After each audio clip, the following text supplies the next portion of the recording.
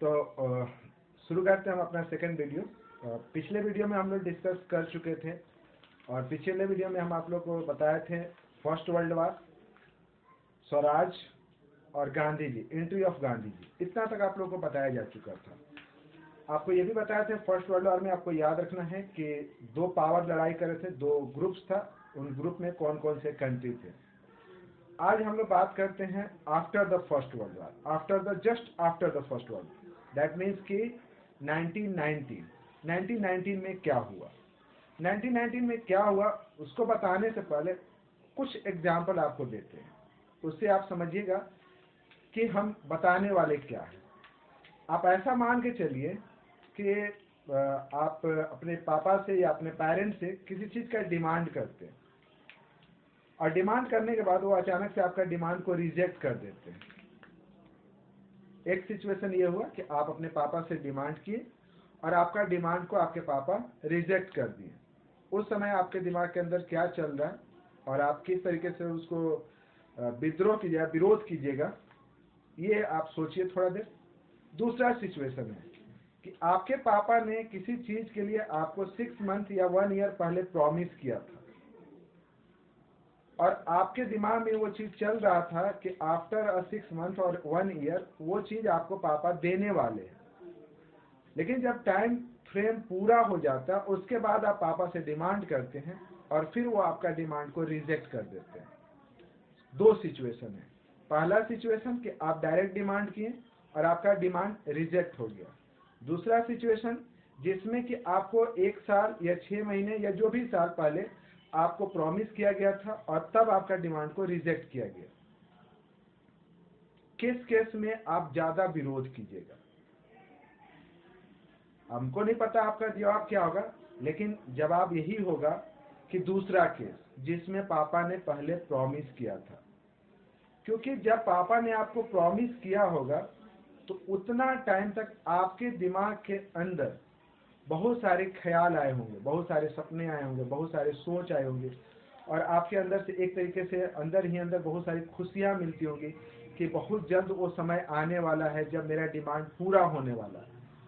तो वो एक सपना आपके दिमाग के अंदर चल रहा था, एक सोच आपके दिमाग के अंदर चल रहा था और जैसे ही आप पापा से वो डिमांड करते हैं अचानक से वो 1 साल का जो सोचा समझा या 6 महीने का सोचा समझा जो प्लान रहता है वो फ्लॉप कर जाता है। दूसरा सिचुएशन में आप सडनली डिमांड किए, सडनली वो मना कर दिए, तो उतना कोई खास असर दिमाग पे नहीं पड़ता। बताने का मकसद ये था कि आपको बताया था फर्स्ट वर्ल्ड वार, कि फर्स्ट वर्ल्ड वार में इंडियन जो थे वो ब्रिटिशर्स का सपोर्ट कर रहे थे। बदले में ब्रिटिशर्स जो थे वो इंडियन को प्रॉमिस किए थे कि after the war I will give you अ स्वराज। तो हम आपको पहले बताए थे कि जो भी इंडियन थे उनको लगता था कि जो भी हमारे साथ हो रहा है, जो भी ज्यादती हो रहा है, जो भी हमारे साथ परेशानियां हो रही है, ये वर्ल्ड वार तक ही सीमित है। वर्ल्ड वार खत्म होगा, हमारी परेशानियां भी खत्म हो जाएंगी। दूसरी तरफ जो ब्रिटिशर्स थे उनको ही पता था कि हमने इंडियन को कुछ प्रॉमिस किया है, तो जैसे ही वो वर्ल्ड वार खत्म होगा उसको वो डिमांड करेंगे और पुरजोर डिमांड करेंगे और किसी कारण से अगर हम वो डिमांड पूरा नहीं करते हैं तो शायद विरोध भी बहुत जोर वाला होगा या अपना पूरा एनर्जेटिक के साथ वो विरोध करेंगे। ये दिमाग में ब्रिटिशर्स का था और इसी विरोध को वो दबाना चाहते थे कि आफ्टर द वार इंडियन जो है वो किसी तरह का डिमांड नहीं करे, वो किसी तरह का डिमांड नहीं करे और डिमांड को दबाना है। इसके लिए उन्होंने 1919 में एक एक्ट पास किया और उस एक्ट का नाम था रॉलेट एक्ट। अब रॉलेट एक्ट था क्या? रॉलेट एक्ट एक्चुअली में ब्रिटिश पार्लियामेंट में बनाया गया एक लॉ था जो इंडिया में जो ब्रिटिश गवर्नमेंट थे उनको वो कुछ पावर दे रहा था। ब्रिटेन के अंदर पार्लियामेंट था, वहां के पार्लियामेंट में एक लॉ बनाया गया इंडिया के लिए। जो इंडियन गवर्नमेंट थे उस समय उनको उन्होंने क्या किया कि एक पावर दिया, इनॉर्मस पावर। आप बुक में देखिएगा कि लिखा होगा इनॉर्मस पावर, एक बहुत ज्यादा पावर दिया। अब उस पावर में था क्या? पावर में था कि आप जो भी इंडियन गवर्नमेंट है, तो जो भी पॉलिटिकली एक्टिविस्ट है, जो भी पॉलिटिकल लीडर्स है, वो उसको रिप्रेस कर सकता है। रिप्रेस मतलब उसको दबा सकता है। दूसरा उसमें था कि किसी भी पॉलिटिकल लीडर्स को या किसी भी पॉलिटिकल एक्टिविस्ट को शक के बुनियाद पे वो जेल के अंदर में डाल सकता है, या आप उसको कह सकते हैं कि they allot the detention of political prisoners without any trial. मतलब कि ब्रिटिश गवर्नमेंट जो है इंडिया के किसी भी पॉलिटिकल लीडर को डिटेन कर सकता है बिना किसी ट्रायल का। अब ये ट्रायल क्या है, तो पहले आपको छोटा सा ट्रायल समझाते हैं। ट्रायल ये होता है कि अगर बाय चांस लेट्स कि हम कोई क्राइम करते हैं, तो क्राइम हम करते हैं तो पुलिस ये नहीं कि तुरंत आता और हमको अरेस्ट कर लेता। हम जब क्राइम करेंगे तो उसके अगेंस्ट में पहले पुलिस के पास एक एफआईआर होती है, फिर वो एफआईआर जो होता है वो पुलिस हमारे साथ शेयर करता है, फिर पुलिस हमसे कांटेक्ट करता है और मेरा पक्ष जानने की कोशिश करता है। उसके लिए हो सकता है वो थाने में हमें बुलाए, फिर हम थाने में जाते हैं, अपने पक्ष रखते हैं, फिर अगर उसको ज़रूरत होता है या लगता है कि हाँ हम गलत हैं तो मुझे अरेस्ट करता है। अरेस्ट करने के बाद विदिन 24 आवर वो हमें किसी न किसी कोर्ट में पेश करता है, मजिस्ट्रेट के सामने। फिर मजिस्ट्रेट के परमिशन से या तो हम जेल जाते हैं या तो पुलिस कस्टडी में भेजा जाता है। उस बीच हम चाहें तो अपने फेवर में किसी वकील को भी रख सकते हैं। और एक आम आदमी को ज़्यादा लॉ पता नहीं होता तो लॉ नहीं पता होता है तो वो क्या करता है कि अपने फेवर में एक वकील को रख लेता है। तो वो वकील जो होता है आपका फेवर पुलिस के सामने या कोर्ट के सामने रखता है और आपको बेल करवाने की कोशिश करता है। ये सब चीजें आपके पास है। आप अपना फेवर में कुछ भी दलील दे सकते हैं, कुछ अपील कर सकते हैं, कुछ भी बोल सकते हैं। लेकिन रॉलेट एक्ट जो था, यहाँ पे जो ये लॉ बना हुआ था, इस चीज की बिल्कुल ही इजाजत नहीं देता था। ब्रिटिश गवर्नमेंट किसी भी इंडियन को शक, सिर्फ अगर उस पर शक है तो शक के बुनियाद पे 2 साल के लिए जेल में डाल सकता था।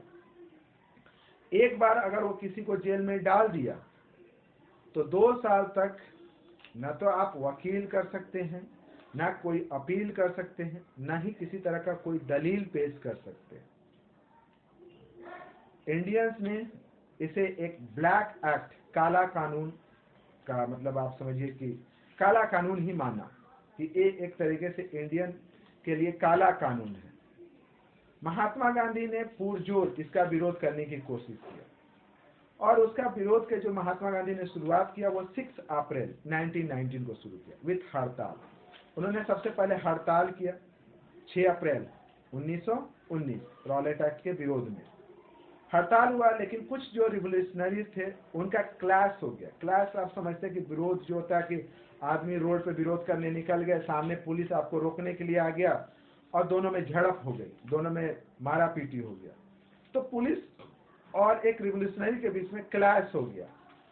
कुछ रिवोल्यूशनरी जो थे गवर्नमेंटल बिल्डिंग पे हमला कर दिए। अभी भी होता है कभी कभी कि आप देखिएगा कि आप किसी आंदोलन का हिस्सा बनते हैं, लोग जो भीड़ होता है गुस्से में आकर किसी गवर्नमेंटल बिल्डिंग पर हमला कर देता, किसी थाने पे हमला कर देता। तो सेम उसी समय क्या हुआ कि जो रिवोल्यूशनरीज थे वो गवर्नमेंट बिल्डिंग पर हमला कर दिए, बैंक पे हमला करना शुरू कर दिए, पोस्ट ऑफिस में हमला करना शुरू कर दिया। और एक तरीके से सिचुएशन जो था ना अंडर कंट्रोल, ब्रिटिश के अंडर कंट्रोल नहीं लग रहा था।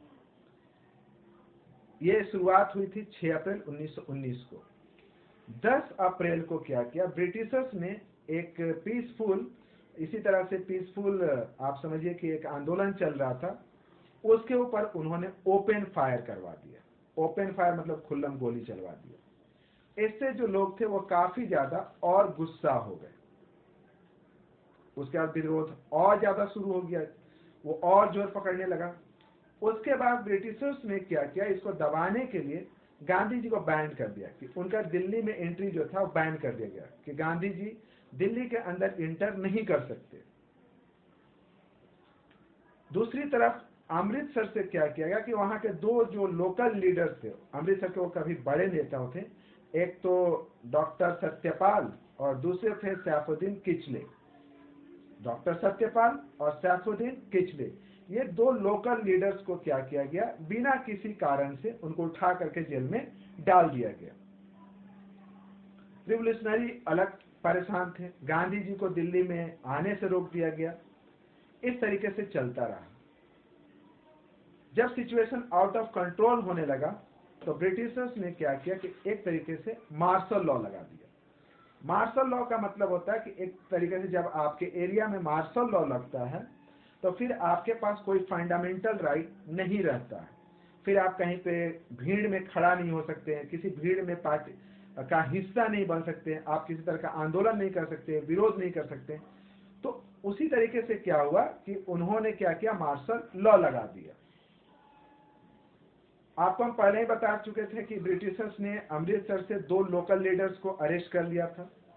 तो जो वहां के जो अमृतसर के जो लोकल लोग थे, इसके अगेंस्ट में एक पीसफुल मीटिंग करना चाहते थे, लेकिन चूंकि उस समय वहां पे अमृतसर के अंदर में मार्शल लॉ लगा हुआ था, तो उसके डर से जो लोग थे उस मीटिंग में पार्टिसिपेट नहीं कर रहे थे। लेकिन जो वहां के लीडर थे उनका था कि हाँ, हम लोग को एक मीटिंग करना है, क्योंकि ब्रिटिशर्स ने बिना किसी कारण से हमारे जो लीडर हैं उनको अरेस्ट किया है। और वो दिन आया आपका 13 अप्रैल 1990। 13 अप्रैल का दिन था 1990, और वो जो दिन था वो पंजाबी लोग का बैसाखी का भी फेस्टिवल, उस दिन बैसाखी फेस्टिवल भी था। पंजाब का एक बहुत बड़ा फेस्टिवल होता है बैसाखी, जिसमें बहुत सारे जो लोग होते हैं एक जगह पे गैदर्ड होते हैं। तो अमृतसर के अंदर एक जलियांवाला बाग है, एक बहुत छोटा सा गार्डन, उस गार्डन के अंदर में एक पीसफुल मीटिंग चल रही थी।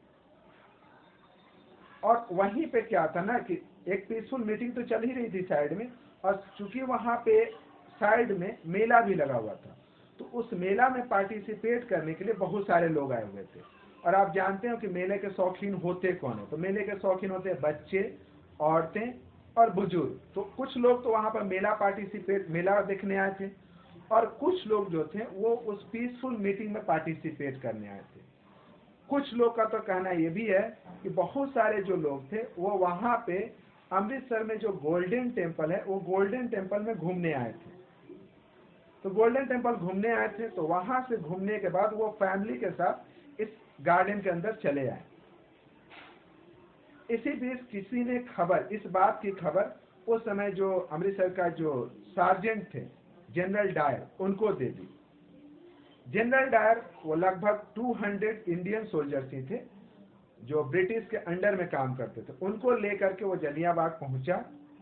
उस बाग को अगर आप देखिएगा तो चारों तरफ से देखिएगा, बहुत छोटा सा गार्डन है, उसमें सिर्फ एक ही एंट्रेंस है, मतलब एक ही गेट है जिससे आप अंदर या बाहर आ सकते हैं, जा सकते हो। छोटा सा गार्डन, हम गए हैं, उसको देखें, आप भी जाइएगा। और उस गार्डन के जैसे ही आप गेट से अंदर घुसेगा तो लेफ्ट साइड में एक कुआं भी है, वो कुआं आज भी वहां पे है। जनरल डायर क्या करता है कि 200 सोल्जर के साथ उस गार्डन को चारों तरफ से घेर लेता है, और घेरने के बाद बिना किसी वार्निंग का, ये भी नहीं कि वार्निंग देता है कि आप लोग भीड़ को खाली कीजिए, अपने घर वापस जाइए, जो कि अक्सर आप देखिएगा आंदोलन में ऐसा होता है। जनरल डायर ने ऐसा कुछ नहीं किया। जनरल डायर के पहले से दिमाग में था कि इंडियन के साथ कुछ ऐसा बिहेव करना है कि ये इनके लिए एक सबक रहे। उसने बिना किसी वार्निंग के ओपन फायर करवा दिया।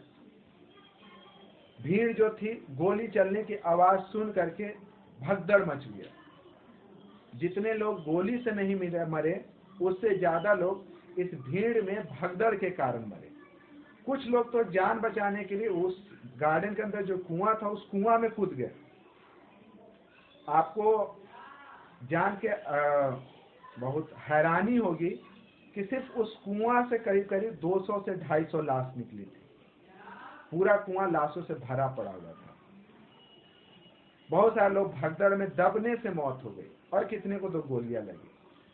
गवर्नमेंट के आंकड़ा जो ब्रिटिशर्स हैं या बहुत सारे इंडियंस हैं उनके अकॉर्डिंग 350 से लेकर के 1000 के करीब करीब लोग मारे गए थे। इसका एग्जैक्ट कोई आंकड़ा नहीं है। उसके बाद जनरल डायर वहां से चला गया। जब इस बात की खबर इंडिया के डिफरेंट हिस्से में पहुंचा तो लोग और ज्यादा आग बबूला हो गए। डेट देखिए, 6 अप्रैल को हड़ताल से शुरू हुआ, 10 अप्रैल को एक पीसफुल आंदोलन पे गोली चला और 13 अप्रैल को Jallianwala Bagh, back to back road पे लोग आ गए। विरोध चारों तरफ होने लगी। पुलिस और जो रिवोल्यूशनरीज उनके बीच क्लैश हो गया। ब्रिटिशर्स ने भी इसको दबाने के लिए अपना पुरजोर कोशिश किया और जितना ब्रूटल से ब्रूटल क्रूरता बोलते हैं ना, जितना क्रूरता से क्रूरता हो सके उन्होंने इंडियन के साथ बिहेव किया। जो भी रिवोल्यूशनरीज थे उनको पकड़ा गया, पकड़ करके उनको कहा गया कि आप रोड पे अपने नाक को रगड़ो। उनको रोड पे रेंगवाया गया, उनको खड़ा करके कहा गया कि जो भी ब्रिटिशर्स ऑफिसर्स हैं उनको सैल्यूट मारो। इस तरीके से बेइज्जत की गई। बहुत सारे लोगों को तो उठा के जेल में डाल दिया गया। उसके बाद जो क्लैशेस था वो काफी ज्यादा बढ़ गया। बाद में फाइनली गांधी जी को एहसास हुआ कि ये जो पीसफुल आंदोलन था अब पीसफुल नहीं रहा, ये काफी डिफरेंट बिहेव मतलब डिफरेंट फॉर्म ले चुका है। फाइनली उन्होंने क्या किया, इस आंदोलन को बंद कर दिया। तो आज के वीडियो में हम आपको बताएं रॉलेट एक्ट और जलियांवाला बाग ट्रेजेडी। जलियांवाला बाग ट्रेजेडी का एक हिस्सा, दूसरा हिस्सा ये है कि जनरल डायर जो इंडियन थे वो चाहते थे कि जनरल डायर को ब्रिटिशर्स जो पनिश करे क्योंकि उसको एक गलती की है। लेकिन ब्रिटिश गवर्नमेंट ने कभी ये नहीं माना कि जनरल डायर गलत है। उसको पनिश करने के बजाय इवन उसको प्रमोशन दिया गया। लेकिन जिस दिन ये घटना घटी 13 अप्रैल 1919, उस गार्डन में एक 14 ईयर का बच्चा था उधम सिंह। शायद उसने उसी दिन डिसाइड किया कि मैं जनरल डायर को भी गोली मारूंगा। उसके बाद वो बच्चा जो था एक लंबे टाइम तक जनरल डायर का पीछा करता। और सोचिए कि वो पीछा करते करते जनरल डायर बाद में इंग्लैंड चले गए थे। वो बच्चा उनका पीछा करते करते इंग्लैंड तक जाता और इंग्लैंड में जाने के बाद 1940 में 1940 मतलब इस गोलीबारी के कांड के 21 साल बाद वो बच्चा उनको गोली मारता है। और जनरल डायर की मौत भी एक गोली मारने से होती है। जिसने गोली मारा था उसका नाम उधम सिंह था। फिर उसने सरेंडर किया और उसने हमेशा कहा कि मैंने अब न्याय किया है, जो जनरल डायर ने किया था वो गलत था, आज मैंने न्याय किया है, मैंने जो किया है वो सही किया।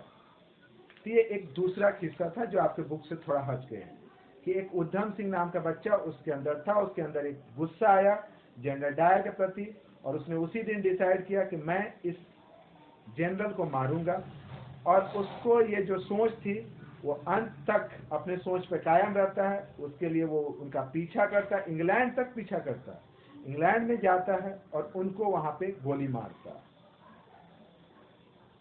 तो आज के वीडियो में बस इतना ही।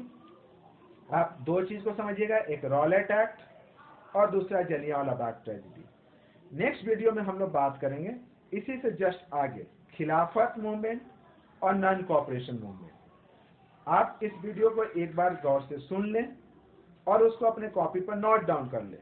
किसी तरह का डाउट हो तो आप कमेंट बॉक्स में लिख दें, फिर हम नेक्स्ट वीडियो में उसको भी हम बताने की कोशिश करेंगे।